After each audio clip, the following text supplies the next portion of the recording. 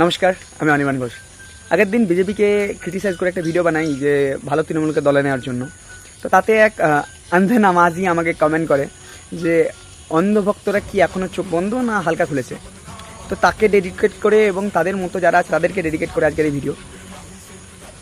আমি ক্রিটিসাইজ করেছি এই কারণেই, কারণ আমি যে সনাতন সংস্কৃতি বা যে সঙ্গের হাত ধরে আমি শিক্ষা গ্রহণ করেছি, তারা আমাকে এটাই শেখায় যে এত ধর্ম তত জয়া, মানে যেখানে ধর্ম সেখানেই জয় হয়।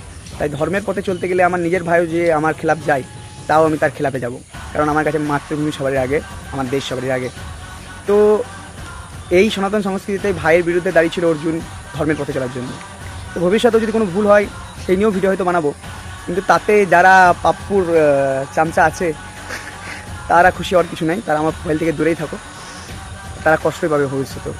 এবং এই চামচাটা তো কাজে লাগে খাওয়ার, ওই চামচা কী কাজে লাগে এখন অবধি হিসাব পাইনি। তো যাদের এখনও মনে ডাউট আছে তারা আমার ফেসবুকের কভার পিকচারটা একবার চেক আউট করে নিতে পারো। ধন্যবাদ, নমস্কার, জয় হিন্দ।